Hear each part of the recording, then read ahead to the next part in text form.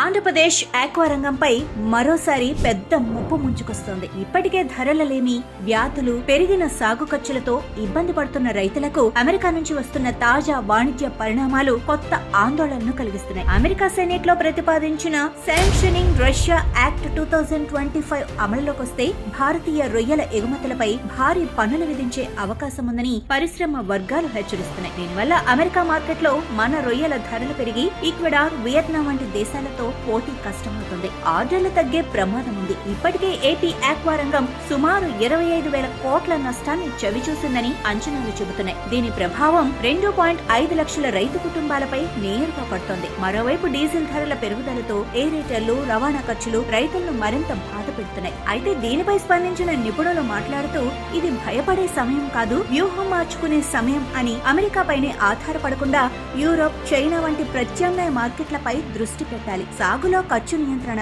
FCR తగ్గింపు, antibiotics లేని నాణ్యమైన పంటపైనే ఇప్పుడు రైతు భవిష్యత్తు ఆధారపడి ఉందని అభిప్రాయపడుతున్నారు.